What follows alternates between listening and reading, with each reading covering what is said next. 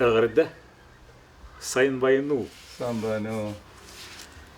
Мен doğrubuna Mongoliyaga olurubun. Daşniyamdın.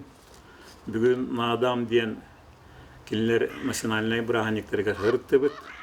Bu kığın jetiger kelemmet kergeniger kepsete hanatastaha минкинеттен интервью курдыгыл олоробун. Мы продолжаем нашу интервью с Дашнямом. Пользуясь случаем, благодарю за вчерашний праздник с вашей семьей в честь моего рождения. Спасибо за монгольские песни, за барам, за гостеприимство. Итак, мы начинаем беседу. Ну, начинаем как интервью, извините. Дорогой друг мой, бывают ли моменты, когда вас покидает вдохновение, теряете веру в себя? Вот. И второй вопрос сразу. В любом деле есть переломные моменты. Какие были у вас? Вот такой сложный вопрос. Да, вопрос сам по себе не сложный. Это жизненный вопрос. Поскольку я не знаю, когда ко мне приходит вдохновение, когда уходит. А просто у меня бывают разные дни, разные моменты, когда очень хорошо пишется, что-то я хочу писать. Иногда вообще ничего не делать. А если мы называем, когда я ничего не хочу делать, это меня покидал вдохновение, тогда тоже, пожалуйста, так можно называть. Но разные бывают, это причины каких-то, откуда мы начинаем писать, от чего это у нас переходят мысли, это разные бывает. А у меня, поскольку поживший немалые лет в этой жизни человеку, всегда приходятся разные мысли. И то, что побывали, узнали, знали, эти вещи, это мне подсказывает. Давай, Дашням, расскажи это людям, это повествуй. Этим ты на этой материале создавай что-то, вот мне это дает такой знак.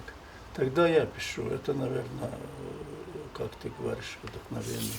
Так что можно считать, что вдохновение всегда приходит ко мне. Окей. Какие исторические личности наиболее интересны вам и почему? Я сразу скажу, из исторических личностей мне очень задает мне очень много вопросов. Это наш великий хан Чингисхан. Может быть, потому что я работаю над сокровенным сказанием немало лет. И я уже издал первую книгу для моих аспирантов, студентов. Туда вложил много этих вариантов перевода сокровенного сказания. А сейчас я делаю толковую такую книгу, объясняю сокровенные сказания. А там же это произведение основано о деятельности Чингисхана, каким был Чингисхан, как он создал государство, все это истории там же вложены. Поэтому Чингисхан мне на уме и вообще занимает. Не дает покоя меня. И потом, конечно, очень много исторических людей, которые изменяли судьбу и жизнь человеческую. Это можно назвать бесчисленно. В каждом народе есть свои герои, свои какие-то великие люди. Это точно. Что для вас главное в жизни? Как вы выбрали профессию? Какой был самый лучший день в жизни? Давайте такой легенький вопрос. Очень легенький, но очень легкий с одной стороны. С другой стороны, об этом никто не думает. Кстати, я так думаю. Потому что о жизни, смысл жизни надо каждый день думать. Ты для чего пришел на этот мир? А я думаю, что жизнь это вообще такое участие в жизни каждого человека. Так что я всегда думаю, что какое мое участие в этой жизни, что я могу вложить, или чем я могу мешать, чем я мешаю и чем я это помогаю людям. А в основном смысл жизни в том, что ты должен участвовать очень положительно, ты должен участвовать очень не негативно, позитивно. Людям была твоя участь нужны, и это заметны мы были. А тогда это что означает? Тебе надо что-то делать, творить, создавать. Так что смысл моей жизни, я думаю, что создание, творение и для своего народа, хотя бы для своей жизни что-то хорошее надо делать. Хорошо. Как хорошо отвечаете, друг мой. Если надо было выбирать между патриархатом и матриархатом, что бы вы выбрали и почему? Нет, вообще-то, где власть хорошая, где власть для людей, это хорошо. Там, кто правит, женщина или мужчина, все равно. Но было исторические времена, так, когда эта задача на плечи женщин приходились. В такое время мы-то так поняли, может быть, на самом деле не так. Может быть, мы великую любовь у мужчин поняли, что от любви много права давали женщинам. Потом, когда изучаем историю, думали, что было время матриархата, так, может быть.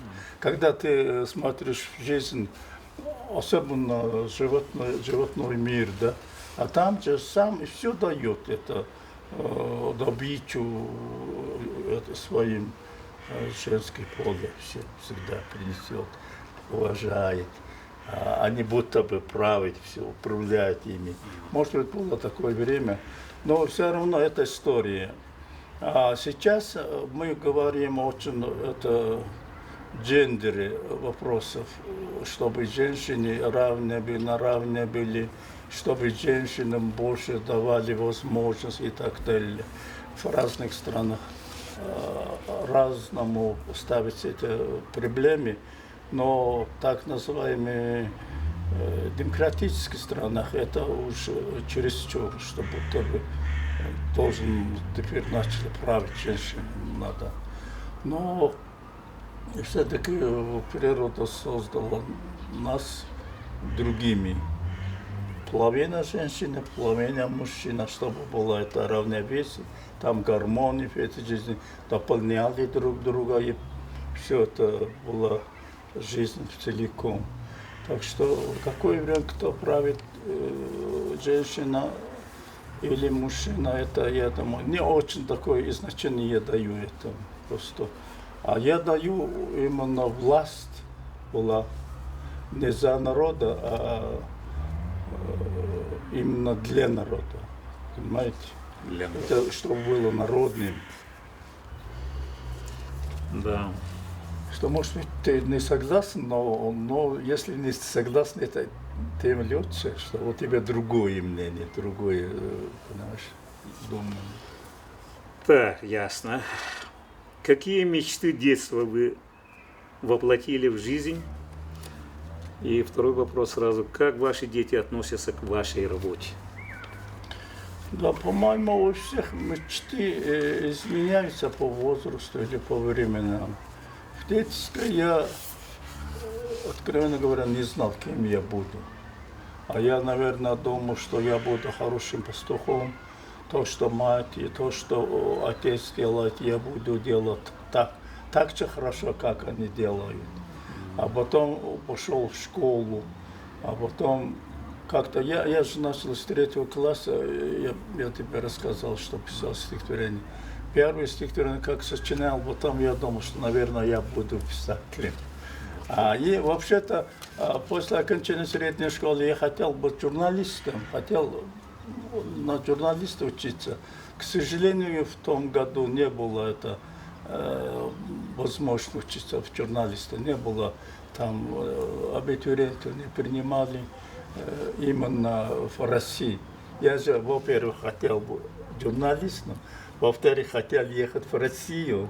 Вот это две желания, когда в одном месте подняться не так легко, поэтому, наверное, я не стал журналистом. Но Я думаю, что сейчас я есть журналист. Журналист это кто может даже на сегодняшний пример я возьму, кто может даст интервью, кто может брать интервью, это уже журналист. Да? Что, кто может писать, это... В общем, да, да. Потому что на такой журналистской форме, если себя можешь выразить, изложить, это уже хорошо. Я думаю, что не обязательно работать там в издательстве или где-то какой-то газете. Ну как дети относятся к вашей работе, там, вашей профессии? Моей профессии, моей работе очень хорошо относятся, но сейчас я пенсионер. Но поскольку Почему вы преподаете там? Нет, по закону у нас не запрещает работать после пенсии, если ты можешь работать. Даже ни одной месте, в некоторых местах можешь работать, позволяет по закону. Поэтому я сейчас работаю в своей академии монгольской традиции, как президент этой академии. А в президиуме Большой академии я как редактор, главный редактор журнала «Наука и жизнь» работаю. Приглашают меня разные университеты, институты читать лекцию, я читаю, так что. И если у меня будет время, я пишу. Если еще время есть, езжаю туда-сюда, так что Вы все занятый человек. в Америке работали, да? Стажировку? Я Америку не работал, а принял в программе писателя и переводчика 3 месяца в университета Айова. Там тогда приехали из 23 стран, 26 писателей, переводчиков, там разные были люди. Так, дальше идем. А вы можете без вопросов что-то рассказывать? Прямо Я сейчас. могу без вопросов. Как раз вопросы, разные вопросы. Человеку мешает просто так, Ну вот, правильно. так душевно и близко рассказывать о чем-то. А мы вчера действительно очень хорошо отпраздновали твой день рождения. Я думаю, что у нас просто так нечаянно очень хорошо получилось. Мои друзья там приехали, пели песни, мы это беседовали об многом. Надо праздновать так, как мы.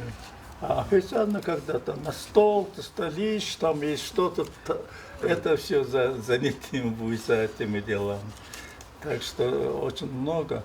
Но что я еще хочу сказать, в последние годы отношения между нами, Якутией и Монголией, очень сблизится, очень много людей переезжают сюда, и наши тоже туда переезжают, особенно ученые, спортсмены, люди культуры. В прошлом году СЭФ был, да? Якутский. По-моему, в СЭХа в каждом году участвуют наши. Это, я думаю, что очень хорошо. Дружба настоящая, это на самом деле, когда народ близится, когда народ душу друг друга понимает, это уже дружба. Так что у нас укрепляется наша дружба, это мне очень хорошо и очень нравится вообще это дело. У меня, видишь, включая тебе, очень много друзей из Якутии. Так ты приглашай, не приглашай, все равно может приехать. Даже вдруг, если внезапно приедешь, еще праздником будет. Так что я думаю, что этому я очень рад. И потом, я думаю, что в России-то много там республик, много разных людей. Но приграничные это просто, если так сказать, потомки Чингисхана, можно где-то так можно назвать. Если еще близились, еще дружились, я думаю, что еще будет. Это благо у человечества. Это не только там 800 чем-то лет тому назад были такими сильными людьми, но сейчас теми сильнее очень. Надо, если сложить эти способности, таланты, умения, желания, Это было большое дело. Верхнеуфимский улус, глава Владимир Паскасин, мой друг, по Монголии, но у него это хорошее мнение. В прошлом году он был, да? Здесь? Он побывал здесь 2 раза. Два Даже раза. он по моему приглашению побывал в моей родине, где я родился. И я с Верхним Вилюйским улусом держу очень хорошую связь. Там очень много. Поскольку они группой приехали, да, и потом повторили тоже группой. Очень много людей. И со всеми я знаком и дружу, приписываю. И очень у нас какие-то задания, мысли есть. Ставили здесь в Монголии первый Сергей, а может быть второй, или может быть даже будет место для всех, которыми проводили параллельно с вами здесь. Вот мечтаем мы по-разному. Вот видите, когда люди очень близко дружимся, о чем-то всегда. У людей-то всегда очень хорошее намерение, желание, если бы им не мешали какие-то жизненные, какие-то социальные проблемы. Просто люди спокойно, как человеческая жизнь ведет, они всегда, им всегда хочется что-то хорошее делать. Я как музыкант, да, вчера вот слушал песни монгольские, вот когда девчата пели, да. Как они поют-то? У вас как-то специфическая, совсем другая мелодия, другой мотив. Они протяжно так поют. Да. Это он хурты по-русски получается, а Уртенду, да. уртенду, протяжная песня. Протяжная песня. Сразу Чувствуется. чувствуется степь, там, широта, небо. Так. И у вас есть маринхур, инструмент такой, тоже шедевром стал ЮНЕСКО, нематериальная культура человечества. Мои друзья, чолбонцы, рок-группа Чолбон, Якутия, которые тоже были здесь на гастролях. Это примерно, прошло 10-9 лет примерно.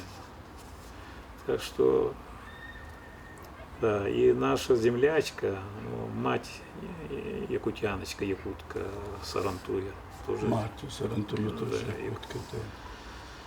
Так, поэтому Найрамдал, это всегда у нас с Монголией есть. Воды дает дельный, да?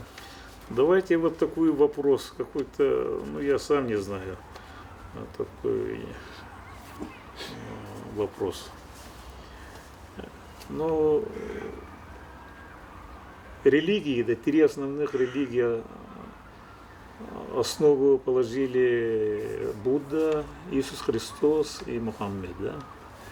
И если на земле жили как давным-давно когда-то мыслители, Аристотель, Сократ там, а потом это в 19-20 веках Лев Толстой, сейчас вот Далай-ламу я очень уважаю, да, лауреата Нобелевской премии. Можно сказать, и Чингис Айтматов. Вот я вас как философа уважаю. В чем заключается это сходство этих великих людей, мыслителей, и чем отличие? Такой вопрос. Да. Обширный. Но как-то ответ Большой, обширный вопрос. есть, наверное. Да, но сходство в том, что это люди, великие люди, всегда думают что-то хорошее делать для человечества, чтобы человечество жили хорошо. Опять возьмем этих религиозных людей, основателей, они это просветители, они отличаются от других мыслителей тем, что они более связаны с тенгрианской жизнью, вселенной жизнью. Какие-то информации, поток, сознание для них всегда ходили. Они воспользуются этим, о чем они узнали, познали, проснулись, очнулись, это людям хотели передавать. Но потом, конечно, разные секты извращали их, правильно шли, неправильно, это очень много сложно. Но мыслителей до сих пор человечеству хватает. Хватает. Везде есть мыслители. Жаль, что это, о чем говорят эти мыслители, в жизни не реализуется, люди это не выслушают. Толстой, Лев Толстой, мыслитель великий, он размышлял о вселенной, о человеческой жизни, потом перешел к религии, все-таки надо не притворяться людям, надо добро делать, мирной жизни все приходит. Все это выйти, великий Будда сам говорил, что каждый человек это Будда, не ищите Бога, каждый человек Бог. Надо просветиться, себе просветлять. Вот видите, как они, о чем они говорили, иногда мы другой говорим, для себя полезный. Это вот если историю смотришь, вот так что великих людей надо уважать. Но видите, как не всегда хватает великих людей, но всегда хватает и решаемые проблемы, вопросы, нужды, или там мы притворяемся, воюем, все это, видите, как так идет жизнь, как они желали, люди, великие люди желали. Это, не знаю от того, будет ли хорошее время для человечества. Вообще мы же сочиняем легенду, что было когда-то такое время, люди летали, от себя излучали свете, и все было тогда счастье на земле. Потом что-то человек нашел в еле, и после этого испортились, всю жизнь таковой стал. А потом думаем, ищем, что где-то, наверное, есть такая жизнь, ищем, например, Шамбалу ищем, да. Вот так что настоящая жизнь всегда нас не удовлетворяет, оказывается. Не удовлетворяет, страшно. Мы же живем, говорим хорошо, но не удовлетворяется. Что это такое? Как ты думаешь? Есть такой момент, ага. Так, Дашнян, да, как? И когда-то вы говорили мне, я спросил, кто у вас кумир, идеал, учитель? А вы говорите, учитель у меня это жизнь, книги, Да. природа, родители и т.д. и т.п. Тогда вопрос. В наше время вот электронные книги, да, могут заменить полностью обычные книги, то есть бумажный носитель? Полностью нет. Я думаю, что полностью нет. Потому что электронные книги, это все же таки зависит от техники, технических решений. А если там какой-то прибор брахлит, все рухнет, все, мы не можем читать, или там потеряем все это богатство. А книжный все-таки это традиционный, но такой у человека просто, потому что привыкли читать именно на бумаге, что напечатано. Это, я думаю, что хотя технический век придет, эта книга как такой остается, но может быть в очень маленьком размере, эту долю книг занимает очень маленькую долю, большинство электронных носителей. Но учителя у меня также остались, что я всегда считаю, что у меня самый великий учитель это природа. Мы же изучаем природу, и конца нет, это как завершения нет. И все изучаем. Однако мы же не знаем, не думаем, что мы изучаем ее, а она изучает нас или нет. Ты думал когда-нибудь? Она, по-моему, тоже изучает нас, и нам отвечает своим действием, землетрясением, там этим ураганом, всем этим отвечает. Но книга, конечно, о чем мы говорили, великий учитель у всех. Хотя это очень строгий учитель, не отвечает. Если ты хочешь спросить что-то, он не отвечает. Он говорит, что ты пойми, о чем я говорю. Это строгий учитель. А мать и отец, это такие учителя близкие нам. Нам нужны, и сердце так мили они люди. А мы все это думаем.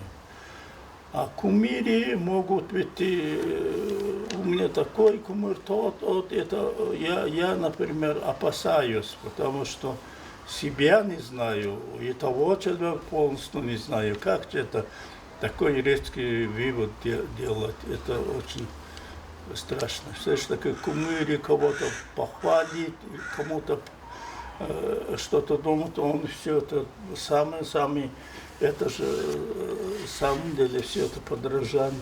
В самом деле это твое чувство, что ты ниже их или как-то у тебя достигать до них как-то нет возможности. Я, например, не так думаю. Я думаю, что мы тоже люди, тоже по-своему творим, делаем. Где-то как понимать, тебе считает лучше, где-то его считает лучше. Это пусть так, это же жизнь. Спасибо. Работа Льва Гумилева, в частности, понятие пассионарий. Вам о чем говорит? Да, если по Гумилеву у нас уже есть время, такое время, наш век придет монгольский, потому что Гумилев-то говорит, это чередуется 500 лет. 500 лет, это уже мы потеряли 300 лет после Чингисхана, 800 лет уже после. Так что пассионарность, это, я думаю, что он очень, это общественные, социальные это исследования очень интересно, глубоко соединились естествознанием. У нас был такой академик Таваджанц, он ботаник. Он изучил дерево и по округу дерева соединил тоже. Он точно указал, в этом году была война или бедствие по этому кругу. Наверное, когда, я не знаю, как он это соединяет, когда это очень сложное время, там круги тонкие или шире, или там какая-то. Так что с этим явлением природным, почему я называю природу это учителем, а он же больше знает нас, больше располагает там знанием. Так что Гумилев это самобытный, очень интересный. И он считает, что генетически сродный с нами человек. Человек он себя считал, и хотя он не был в Монголии, никогда не был. У него судьба тяжелая, 25 лет сидел в тюрьме, сын великих людей, жизнь тяжелая была. Я один раз встретился с Муратовджи в Москве, да? Я спросил у него насчет Льва Гумилева, и он, как сказать, ну, если одним словом, уважает, как, да, Гумилева. Я-то, кстати, жил в Гумилеве в одном городе, в Москве, да, в одно время. Я не знал его, он, конечно, как и знает меня. А я бы, если знал, он такой великий ученый бывает, если я раньше читал его, я мог бы посетить его, даже пытаться посетить. Он жил в двухкомнатной квартире, очень просто. Очень многие, даже очень многие такие пробивчивые монгольские студенты побывали у него, кажется. Побывали? Я нет. У нас Август Муран был, с ним уже, да, интервью брал. Правда или неправда, книга есть. Ну, наверное, перед нами сидит очень много людей, которые его знают, и, может быть, даже в костях у него были. Так, вопрос такой. Глобализация, да, это развитие всех народов мира, которое приводит к разрушению дикой природы. Видите? В результате чего происходит исчезновение этносов и народов. Это правильный вопрос я задаю или нет? Как вы относитесь к глобализации? Кто это говорит, как вы спросите у меня? Это я спрашиваю. Как ты думаешь, да? Как ты думаешь, спрашиваешь у меня? Да. Глобализация, это, как ты говоришь, разрушает. Но Всё. природа разрушает, но всех это объединяет. Но с другой стороны разрушает природу. Образ жизни, образ жизни людей действительно сближается. Производство одинаковое, продукты одинаковые, ценность одинаковые. Действительно сближается мир, это сближается. Этим очень называли глобализацией. И вообще думают, что все должны жить одной жизнью. Но это не получится. Это не получится, потому что люди в разных местах живут и занимают разные пространства. Поэтому под одним штампом все делать невозможно. Под глобализацией уравнить, понимаете, развитие, как считают. Они нас, например, считаем отсталой страной и хотят подтянуть. Смысл подтянуть, развивать это, что развивать производство или там. А развитие производства всегда разрушает природу. Там же ресурсы надо, копать надо землю, рубать дерево надо.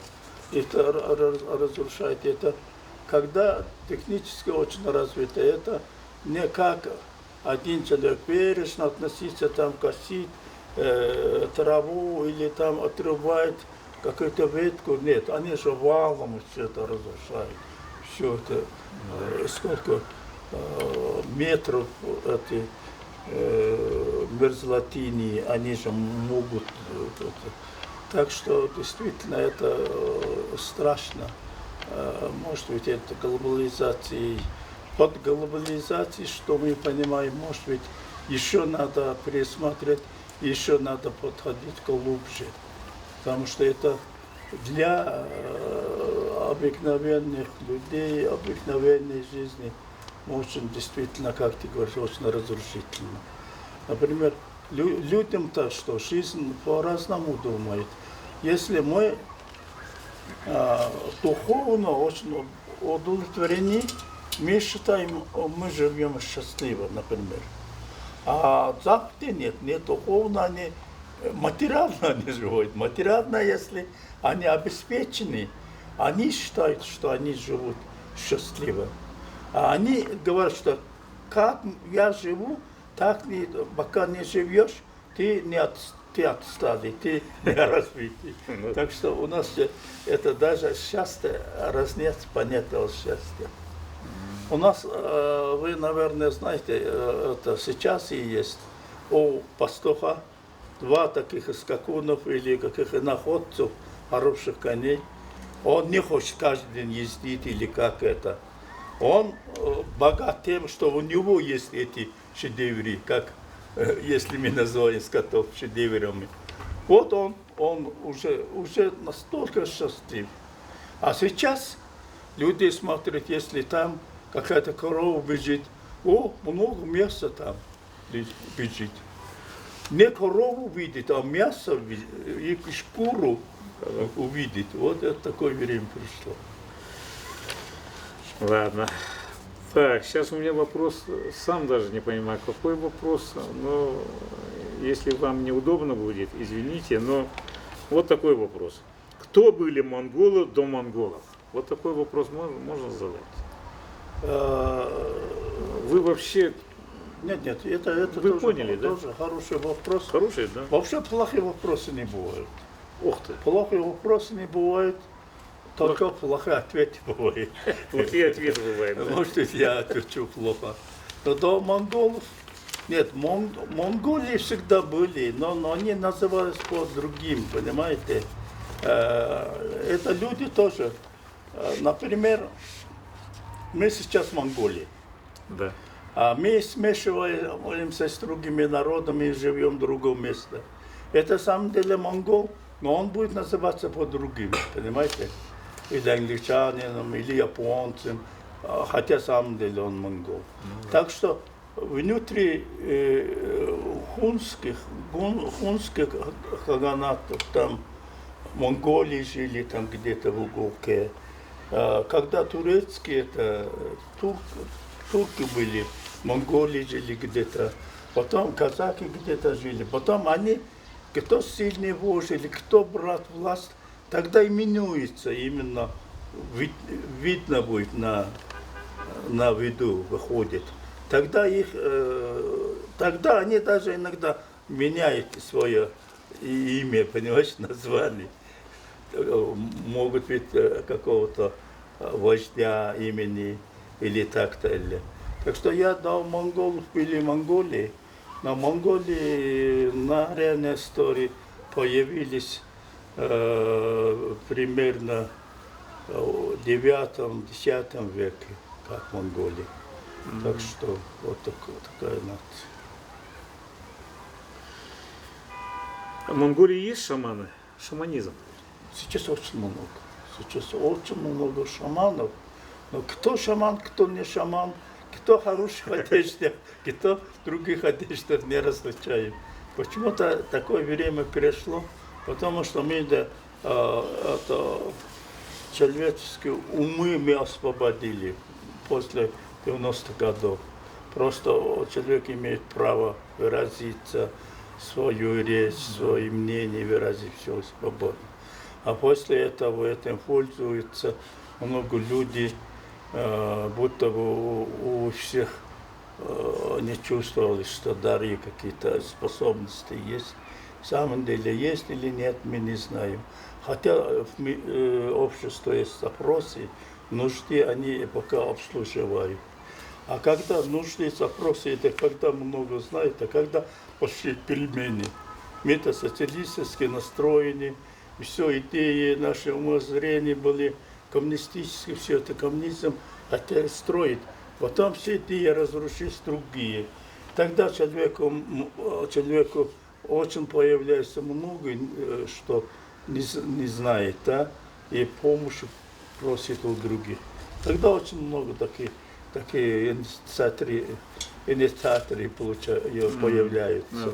Один из видов, я думаю, что шаманы. Но настоящие, если шаманы действительно способностью и даром обладают, это вообще, конечно, несравнимые с нами люди.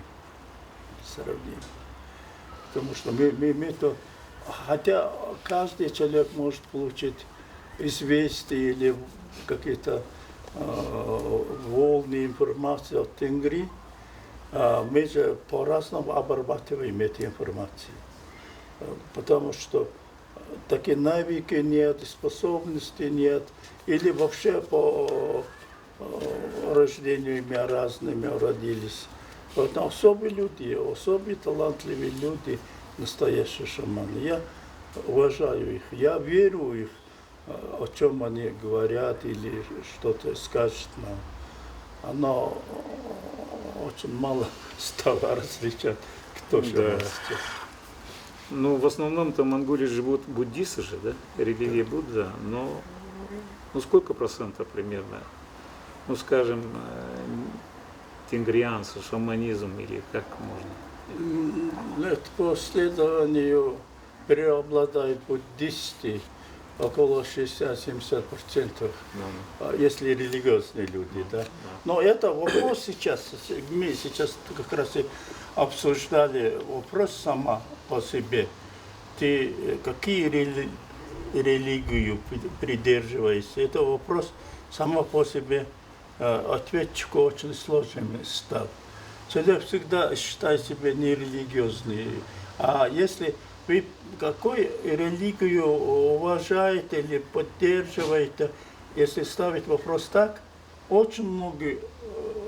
Так сейчас кто поддерживает буддизм в мире растет, а кто отвечает, что он буддист, уменьшает число. Видите, как интересное явление. Интересно, Так что это люди и социологи, исследователи тоже это человеческие мышление надо учитывать надо.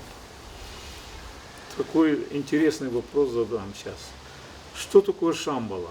Вот, это реальность или фантазия? Ну, жил-был когда-то великий художник Рерих, да?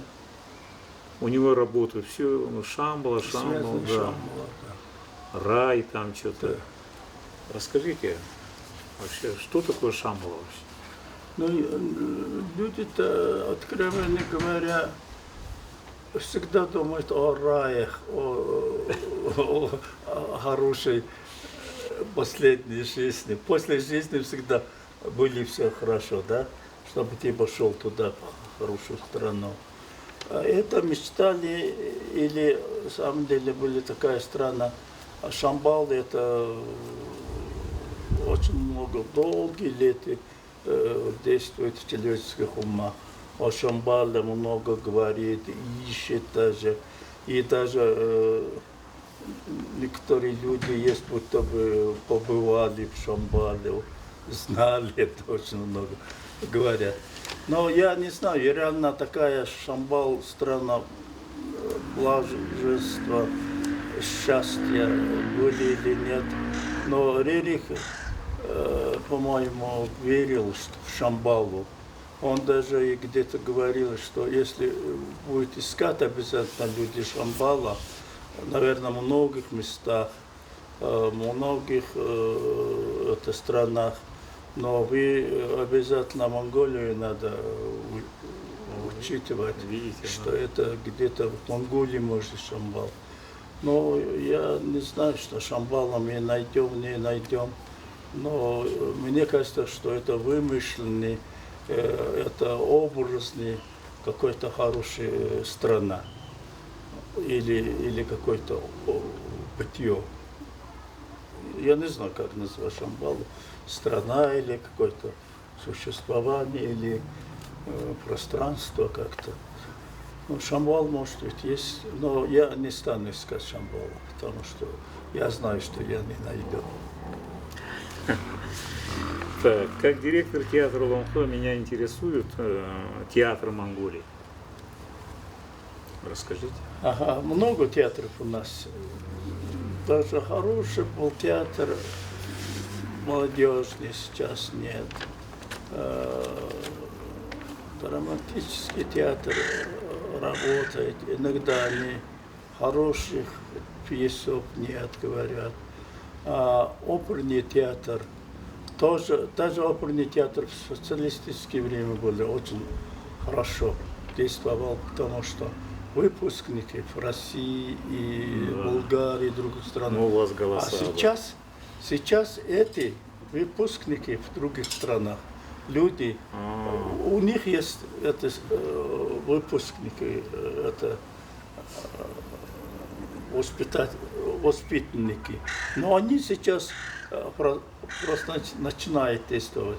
Сейчас в мире монгольские баритоны, монгольские басы, монгольские балетные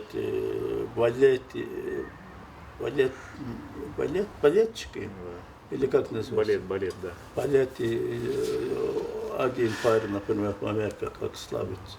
В прошлом году в Москве конкурс Чайковского был, там гран-при, по-моему, монгол бас. Да, это наш уже какой молодой, голос у него. хороший. Да. И сегодня на открытии на Адаму. Тоже пел. О, У нас какой голос, а? таких много парней. Вот это мужчина называется. Да. Так что если мы создадим хороший театр условий, кажется, есть таланты, там есть таланты. Но по сравнению даже с Великим Китаем, у нас классические это искусство, опера, балеты, очень большие композиции музыкальные. Я думаю, что она выше, чем. Потому что очень много хорошо учились за границей, особенно в России. Таких больших мастеров они учились. И это дает плоду. Это дает плоду. И сейчас это мы почнем, да, или как это мир это узнает. Так что театр есть. 5 лет тому назад, это получается в 2014 году, я был здесь, в Монголии, да? У вас есть театр молодой, тогда 25-летие юбилей был, я Я был у них там, смотрел концерт юбилейный. Это называется этот театр Ихтумен или как? Туманех. Туменых. Туманех, да, сейчас и есть. Да, с молодым директором я познакомился, и он мне рассказывал, они работают зимой 3-4 месяца. Внутренней Монголии. Да, внутренней Монголии там. Да, это молодой директор, сейчас директором работает в консерватории. А сейчас перешла, по-моему, женщина, девушка, даже молодая девушка. И они действуют очень хорошо. Даже сейчас и это время на дома, да, каждым вечером можно, концерты не дают, особенно туристам. У них так, концерт такие интересные. Просто мне интересно было, они, да, монгольский фольклор все показывают. Да. Пели, танцевали там. У вас эпос Гасер и еще какой там? Гесер, у нас Гесер, Жангар, Да. и да, много эписов у нас, много эписов. И был еще в театре, тогда это ваш великий дирижер умер, и в честь его тоже какой-то концерт был. Музыканты там тоже были. Я восхищен был. Заслуженный артист Монголии, очень талантливый дирижер, Да-да. Жумсран Жак. Во-во-во-во. Он работая в Улан-Удэ, там же он скончался. Ну, Но здесь ты лично знал до его? Или? я не знал, Нет, просто пригласили, но я смотрел Да, я концерт. лично... Но все время говорили, это у нас такой дирижер был, великий артист Монголии, так. Вот так они. У него родной брат был тоже дирижером, композитором. Он же наследственный, семейный очень. Такие талантливые люди. Ну ладно, в заключение поговорим о вашем национальном празднике Маадан, который проходит сегодня в Улан-Баторе. Мы сегодня вообще Открытие мы смотрели сегодня. Открытие мы сегодня Завтра смотрели. еще мы едем в Хуйдолон-Худак, там от города выходим на окраине города. Там еще на дом, такие, на доме у нас раньше называлось игры, 3 игры мужа, мужской игры 3. Это борьба, скачки и стрельба из лука. стрельба из лука. Вот это сейчас добавились много состязаний там. А там еще они Худак, завтра, когда мы едем, там народное искусство тоже показывают. Разные и какой-то тоже показывает разные народные производства, промыслы показывает, это тоже интересно. Да. Ну, Дашням, спасибо за беседу. Действительно, мы сегодня, я очень доволен был, восхищен был зрелищным представлением открытия. Спасибо вам. Так, приходите почаще, побеседуйте. Ну все, Майрамдал. Да, Маримдал, Мактау.